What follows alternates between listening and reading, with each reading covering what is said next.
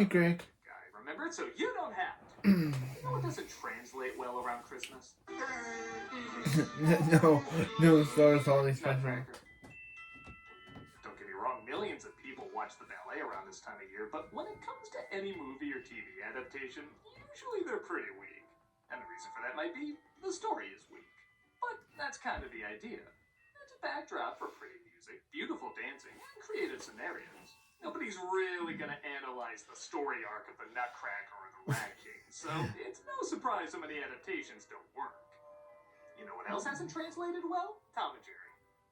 After their incredibly successful run at Hanna-Barbera decades ago, the duo have never been able to have the same amount of creative or public praise. Okay, I have a soft spot for the live-action film, but acknowledge the worst part is the live-action film. The animation on Tom and Jerry is the only thing that works. But surprisingly, people say mixing this that hasn't translated well and mixing this that hasn't translated well, translated well. It is? Tom and Jerry, A Nutcracker Tale was released in 2007, and is one of the few Tom and Jerry and Nutcracker adaptations that seems to get positive feedback. Okay, nobody's calling it a masterwork or anything, but people that are fans of the two seem satisfied with this combination. It certainly isn't anything I would expect to be that great, but maybe I'll be proven wrong. How well does a style that incorporates no talking mix with another style that incorporates no talking while incorporating talking? Well, let's take a closer look. This is Tom and Jerry, A Nutcracker Tale. Oh. Well, any movie that opens the same way as Batman and Robin has to be good. Once upon a Christmas Eve, the Nutcracker Ballet was performed to everyone's delight. Particularly the AI generator that performed. Yeah, the style at the beginning is a little odd. Sometimes it looks like a regular Tom and Jerry short, and other times it looks like the little golden book version of Black Swan. Yeah, censored one. King of the cats, that's what he is. Taking all our sustenance like it was really his. Outside, we see Tom and his cat pal singing about their leader, the King of the Cats. As you probably put together, the role of the Roans has been changed from villains to heroes, which is actually kind of a clever change. But he's really something special. James Lipton's final performance? Also, am I crazy, or did this Nutcracker music sound like it hijacked by Master of the House? Everybody raise a cheer, because we know he's here. Everybody raise a cheer. Raise it up the master's arms. Everybody Right. raise a cheer to the King of the No, silly me, it's the Bitten in the Butt song from Animaniacs, my mistake. Bitten in the butt, gathered up some hair, took a little nibble from the derriere. Jerry and Tuffy are sad as they have to wait a whole year for another performance of Nutcracker. Nothing for Jerry in this empty place, except his love of the ballet. From that angle and with that animation, I might love ballet too. Jerry dreams of dancing, but sadly he has Who knew Jerry liked ballet? A total klutz. Move over, bead scene from Cinderella. We have other animated mice doing questionable things. Suddenly, magic, I guess, as Jerry is transformed into the role of the Nutcracker Prince, complete with great dancing. Random magic continues as the toys around him come to life as well, including a ballerina from a music box. Oh boy, this'll be just like the Steadfast Tin Soldier. That has a happy ending, right? Disney wouldn't lie about Hans Christian Andersen, right? A mouse king needs a kingdom too, even if it's built on fragile magic. Fragile? Literally God is looking at this thing. I gotta up my game. The color and lighting in a lot of this is pretty impressive. It reminds me of the few times Hanna-Barbera put extra time into their backgrounds. Isn't that castle Really look give at the more Disney atmosphere logo? outside of just slapstick comedy. Speaking of which, Tom sees Jerry and the toys, which sounds like a 60s band, are enjoying a grand feast, thus him and the cats try to invade. I feel like I've seen Tom go through worse, but that is the most mutilated I've seen him since any random shot from the Willy Wonka movie. The random magic changes the cats into soldiers, and of course the Cat King into a Cat King. Oh, Jerry, what shall we do? I don't know, I literally just found out right now, you can talk! Yeah. How come I, the adult, can never talk, yet Tuffy, the baby, always speaks perfect English? This is Monsieur Jelly's wish, and this kingdom sprang from those desires. Yeah. French English? Why is he French? Yeah. Oh, Mr. Cat, I have a present for you. Hey? Oh, it must be real. There's no way she could guess my last name was Cat. Jerry and the toys escape, leaving the cats to get blown up. Somebody do something. Oh. Am I crazy, or like half the reactions to the slapstick like something out of a torture museum? Oh. Their escape is short-lived, though, as Tom grabs them and plans to blast them out of a can. Oh boy, this isn't gonna age well. No. Sorry, in past Tom and Jerry cartoons, when the cat with a black face shows up, I get a little nervous. The ballerina is left behind as Jerry and the rest are blasted through all the different backdrops in the theater.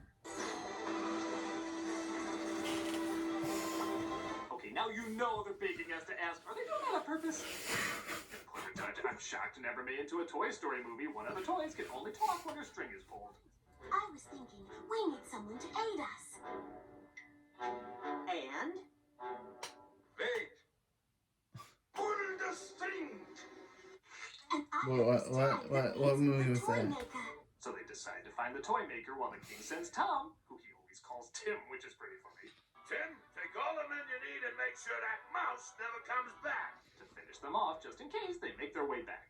We're marching off to fight. We'll fight our foe with all our might. Good thing their inner monologues all happen to think the same song. Yeah. How did that even happen? Okay, in a weird way, I can see this random magic giving Jerry and the cats this world to explore, but something about creating cat civilians, why is that so hard for me to comprehend? When Tom blows this one a kiss, she seems all over it. Is the magic just going to possibly just give him a good time that night? Anything that can make me think of the porno parody is probably not good. Jerry and the others make their way through a scary forest where they skate across a frozen river.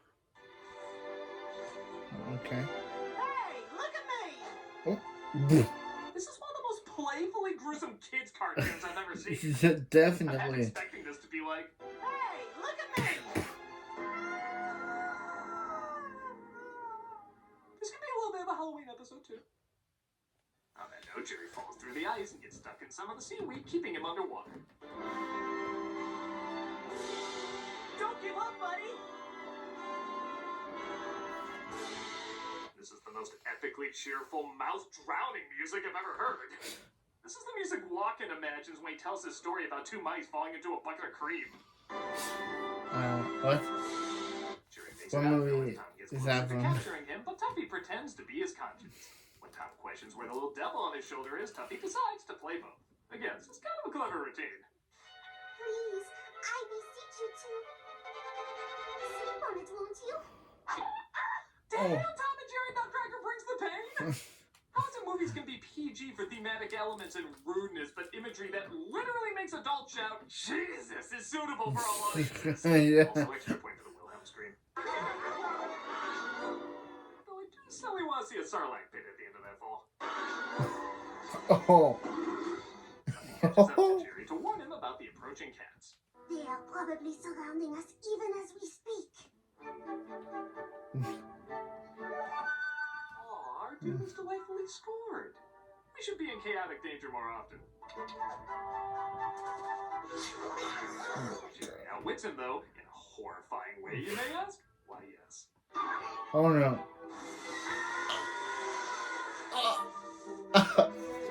Every moment of violence looks like there's going to be a Sarah McLachlan song accompanying it. What is this movie? What is this movie? Why did someone say this needed to be made? A Tom and Jerry horror movie.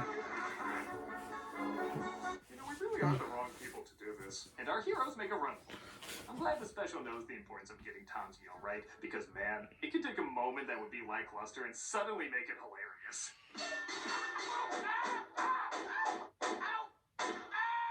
I guess this was the last production Joseph Barbera did with Tom and Jerry before he passed. And though, like I said, this isn't anything amazing, his presence is felt and definitely noticed when it's absent.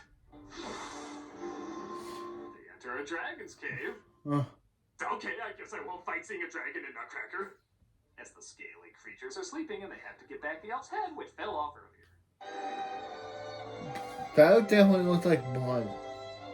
That did not look like a crack in the head. That looked like blood. Films are trying to create a fetish for sexy fire. Okay. Why, thank you, erotic element.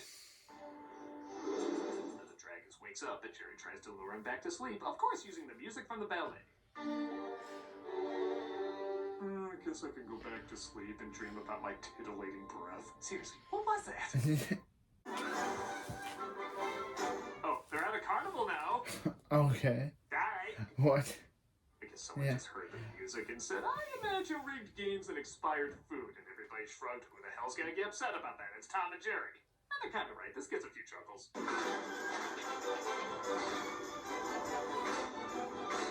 No, really. His expressions could be a Faces of Death cover. Wow. Valeria trying to escape, which honestly serves no purpose except to remind you she's in the story, and sometimes I think the animators like drawing her too much. As we cut to even more shenanigans with Jerry and the gang escaping Tom.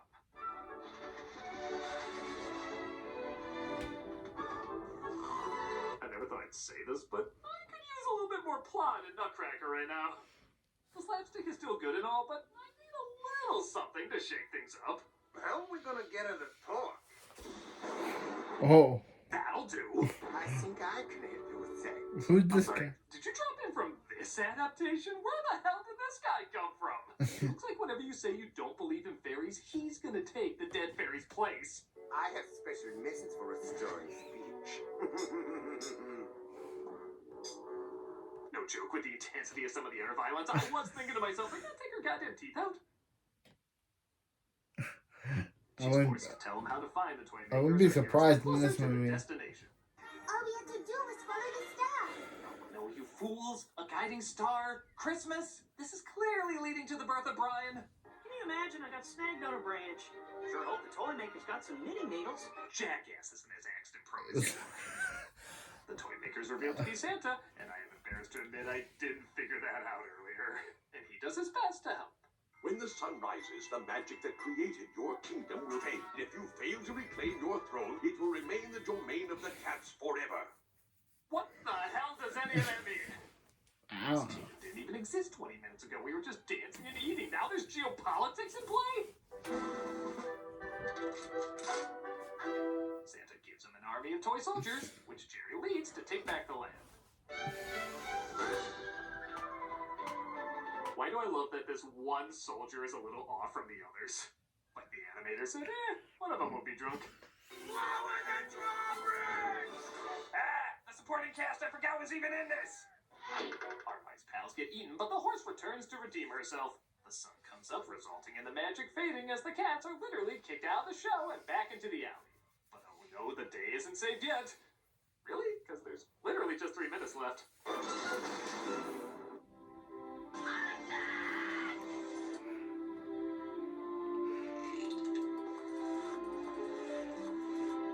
She starts saying burial instructions. Jewish funeral, no glue factory. But random magic? Random magic's her back to life, and now she can talk even without a string. Now that's what I call a happy ending. Wait, were they watching the whole... Wait, what? Is a backwards talking dwarf gonna announce this was a David Lynch production? What the hell is going on? Yeah. Wait, so they helped. And that was what many they- fans say is one of the best but they Tom and also Jerry watched the productions movie? after the original shorts. Yeah, it's alright. I can't say there's quite as much in it for adults like the original shorts, but the slapstick is still decent. A lot of the animation can be pretty to look at. And like I mentioned, it does seem more geared towards little kids. But having a younger target audience isn't a bad thing, and as those go, I think this has enough decent moments. The music, most of the time, matches the animation. There are a few moments where it doesn't quite work. But you do give it a little leeway because it is a direct-to-video movie. And honestly, for 2007, this is more effort than I would expect. I don't know if I would watch it again, but if you're a Tom and Jerry fan, there's a corny elegance to it that has just enough laughs and creativity to be worth at least one view. I'm a nostalgia critic guy, remember? So you don't have